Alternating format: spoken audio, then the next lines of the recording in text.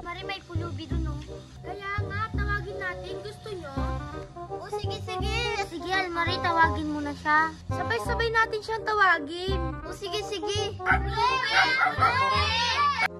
Bakit, mga bata? Bakit mo kami sinisilipan kanina? Naiinggit lang ako. Ka naiinggit sa amin? Kasi kayo may bahay, pero ako wala. Bakit? Wala kang bahay? Wala sa kalsada lang ako nakatira. Kawawa ka naman. Gusto mo pumunta muna sa loob? Pakainin ka namin. O sige.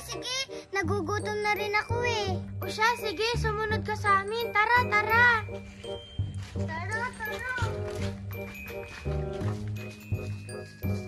Dito ang bahay namin, pulubi. Anong gusto mo pagkain? Kahit anong pagkain na. Ito, may noodles. Ay, hala, salamat. May kape din dito, Almari. Bigay na lang din natin. Sige. Ay, sige, alis na ako ha. Oh, sige, pulubi. Paalam. Ilalagay mo lang dito. Guys, tara, matulog na tayo sa terrace. Malamig dun eh. Sige, matulog na tayo. Natutulog na yung mga bata. Magnanakaw ako.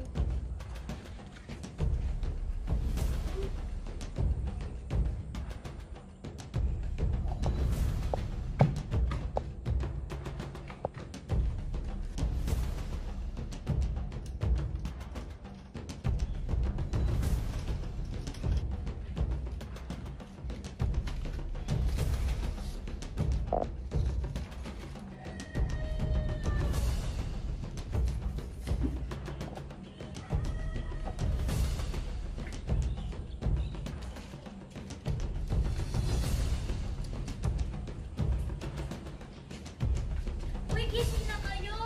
Magluluto pa tayo ng pagkain. Anong oras na? Asan yung cellphone ko dito?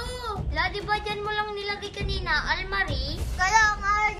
Bakit kayo nawawala dito? Sino kayang kumuha? La, baka may magnanakaw dito. Teka lang. Titignan ko saglit yung pera ko sa cabinet. Baka nawala din. O, sige, tara. Hala guys, nawawala yung 1,500 ko dito. Nawala natin yung laruan ko dito. Yung Rios, nawawala rin. Ala, pati yung sapatos ko dito, nawawala. Ala, Almari, sino kayang nanguha ng gamit na nawawala? Hindi ko nga rin alam. Grabe naman yung magnanakaw na yun. Yung laruan ko. Yung sapatos ko din, bago pa lang yun. Eh di mas lalo ako. Yung cellphone ko tsaka yung pera ko 1,500. Gusto niyo bang malaman kung sino nagnakaw? Paano? Junjun. Paano? Ayun o, CCTV. Ay, oo nga. Tara, tingnan natin sa may TV. Hala, yung pulubi yung magnanakaw. Sabi, hindi ko inasahan yun. Siya yung mangunguha. Tara, puntahan natin siya dun sa